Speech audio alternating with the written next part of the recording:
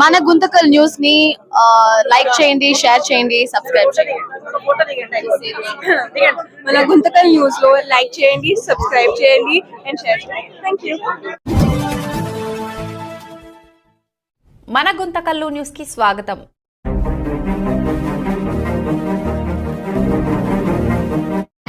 ఇదే సబ్జెక్ట్ పైన ఇప్పుడు 95 లక్షలు పెట్టారు సార్. మనము పెండింగ్ ఇంకా కాంట్రాక్టర్కి ఇవ్వలేదని చెప్తున్నాం. 98 లక్షల్లో ఇంతకుముందు మనం అదే వర్క్కి సంబంధించి ప్యాచ్ వర్కులు చేశాం. ఆ ప్యాచ్ వర్కులు కూడా దాంట్లో ఇంక్లూడెడా, ఇంక్లూడ్ కాదా, ఇంక్లూడెడ్ అయితే మరి దాన్ని మైనస్ చేస్తున్నారా లేదా, ఇప్పుడు ఆ 98 లక్షలు ఏ ఫండ్ల నుంచి ఇవ్వబోతున్నారు ఆయనకి, ఇప్పుడు అది కొంచెం క్లారిటీ కావాల్సిందిగా కోరుతున్నాం సార్. అలాగే సార్ ఒక్క నిమిషం, అలాగే నైరుతి రెడ్డి గారు చెప్పినట్టు టౌన్లో వాటర్ పరిస్థితి చాలా అధ్వానంగా ఉంది. ప్రతి వార్డులో 6 days కి 7 days కి ఒకసారి వస్తూ ఉంది. కొన్ని ప్లేసెస్లో 15 days దాకా మన మోర్నాబాద్ ఆ ఏరియాలో 10 రోజుల నుంచి 12 రోజుల వరకు నీళ్లు రాకుండా పరిస్థితులు ఉన్నాయి. ఏం జరుగుతుంది కొంచెం మాకు అవగాహన కల్పించాలి.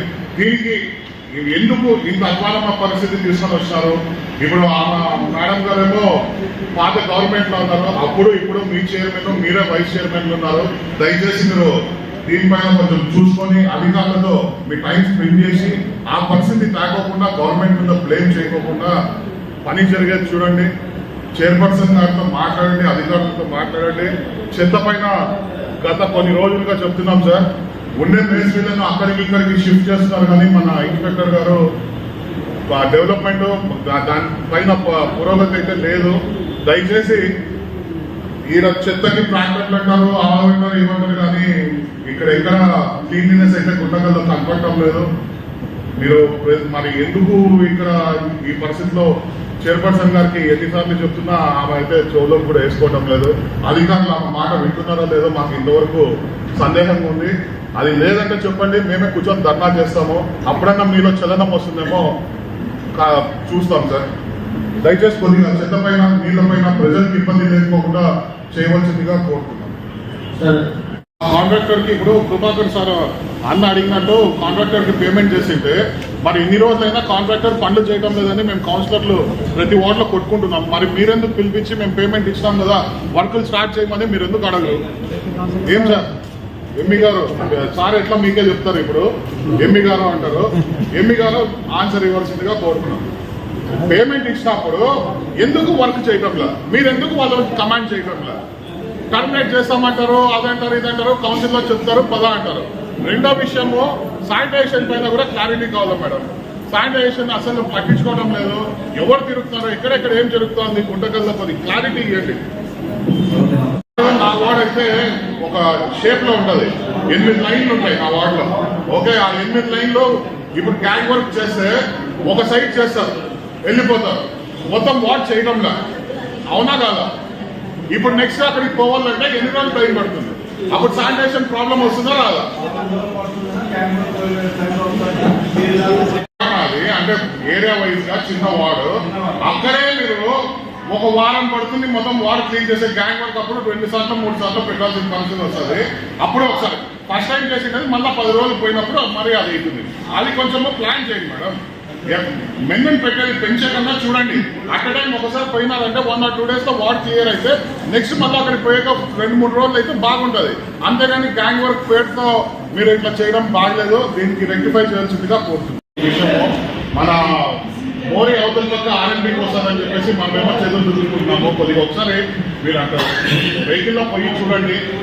మోరీ మన కసాపురం మోరీ దగ్గర నుంచి అప్ టు అయ్యప్ప స్వామి గుడి వరకు చాలా ప్యాచ్లు, చాలా రోడ్ డ్యామేజ్ ఉన్నాయి. కొద్దిగా దయచేసి దాన్ని ప్రజల్ని దృష్టిలో పెట్టుకోండి. అది కొంచెం ఆలోచించండి. ఏమనంటే అది మనకి రాదు, మున్సిపాలిటీకి సంబంధం లేదు, ఆర్ఎండ్బీ అంటారు. ఈ విషయం చెప్పబడి చాలాసార్లు నేను దీన్ని మీ దృష్టికి తీసుకొని వచ్చాను. దీనిపైన అయితే పురోగతి అయితే లేదు సార్. దయచేసి మీరు దాన్ని చూడండి. స్కూల్ పిల్లలు, ట్రాఫిక్ పెరిగిపోయింది ఆ ఏరియాలో. మన విజయనగర్ కాలనీ దగ్గర మన మున్సిపాలిటీ వాళ్ళు పైప్ లైన్ లీకేజెస్ కోసము తవ్వుతారు, దానిపైన మట్టి పూడ్చుతారు. మట్టి పోయిన తర్వాత మళ్ళీ అది డౌన్ అయిపోయి కింద పడే పరిస్థితికి వస్తుంది. అలాగే టీటీడీ దగ్గర కూడా అదే పరిస్థితి ఉంటుంది. కొంచెం మీరు ఆలోచించండి. ఎవరి కోసం అడుగుతున్నాం? మేము కౌన్సిల్కి వచ్చి మా బాధలు మేము చెప్పుకుంటున్నాం. మీరు ఈ పూటకి అక్కడ ఎవరినో ఒక అధికారిని లేపుతున్నారు. దానిపైన మరి ఏం జరుగుతుంది అది ఫాలోఅప్ చేయలేకపోతా ఉన్నారు. చైర్పర్సన్ గారు మీరైతే ఏం చూస్తున్నారు మరి నాకైతే అర్థం కావడం లేదు. దయచేసి కొంచెం సీరియస్ గా తీసుకొని దీనిపైన అది ఆర్ఎండి రోడ్ అది ఇప్పుడు నేను చెప్పిన ఇప్పుడు ప్రతిసారి ఇదే మాట చెప్తున్నారు. ఆర్ఎంపీ అంటున్నారు. ఇప్పుడు ఆర్ఎంపీగా మున్సిపాలిటీగా మా ఇంటి పక్కన సంఘాలు ప్రజలు ఇబ్బంది పడుతున్నారు. మనం ఏం చేయగలము? సరే మీరు లెటర్ పెట్టామంటున్నారు. ఏమొచ్చింది సమాధానం? ఏమవుతుంది? వాళ్ళ సమాజంలో మనం చూసుకోవాలి. అదే ఆర్ఎంపీ ఇప్పుడు అయిపోతే మీరు ట్యాక్స్ వసూలు చేయాలి. మీరేం చేయగలము అంటే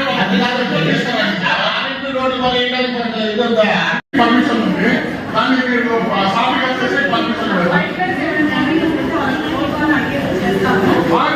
ప్రజల కోసం ప్రజలు పడతారు. సస్య ఎవరండి రెస్పాన్సిబిలిటీ? నాకు అర్థం కావడం లేదు. ఏం రాస్తున్నారు? ఆయన చెప్పే సమాధానం ఏంటి కమిషనర్ గారు? మీరు కాపీ చేయండి సార్. కాపీ అండి. మేము ఎన్నిసార్లు అడిగాను రికార్డ్ పరంగా నోట్ చేసుకుని కాపీ అండి. మీరు ఎన్నిసార్లు పెట్టారు? ఇవ్వండి. ఎప్పుడు మీరు ఇప్పటికి 10 సార్లు అడిగాను. నేను 10 సార్లు చెప్పాను. నేను మీరు ఎప్పుడు ఇచ్చారు? ఎప్పుడు దగ్గర ఇచ్చారు? వాళ్ళు ఇంట్లో ఎప్పుడు ఇచ్చారు నాకు ఇవ్వండి. మీరు ఇచ్చేంత వరకు నేను ఇక్కడ నుంచి పోను మేడం. ఈరోజు ఏంటి మేడం? ఆయన చేస్తామంటున్నారే. ఆల్రెడీ చేస్తామన్నారే. అంటే దీనిపైన ఏంటంటే చిత్తశుద్ధి లేదు ప్రజలకి పనిచేసే దానిపైన. మీకు మేము పొద్దుపోక మేము మమ్మల్ని ఎన్నుకున్నారా ప్రజలు? కొద్దిగా ఆలోచించండి. ఏదో ఈ పూటకి ఇక్కడ సమాధానం చెప్పినామో వెళ్ళిపోయినాం, అయిపోయింది. వాళ్ళకి పెట్టినాము, వాళ్ళు చేయలేదని మీరు ఆన్సర్ ఇస్తారు. ఆమె చూస్తే మేడం చూస్తే మేము ఇంతవరకు చేయలేదు ఇప్పుడు చేస్తా అంటున్నారు. What is this?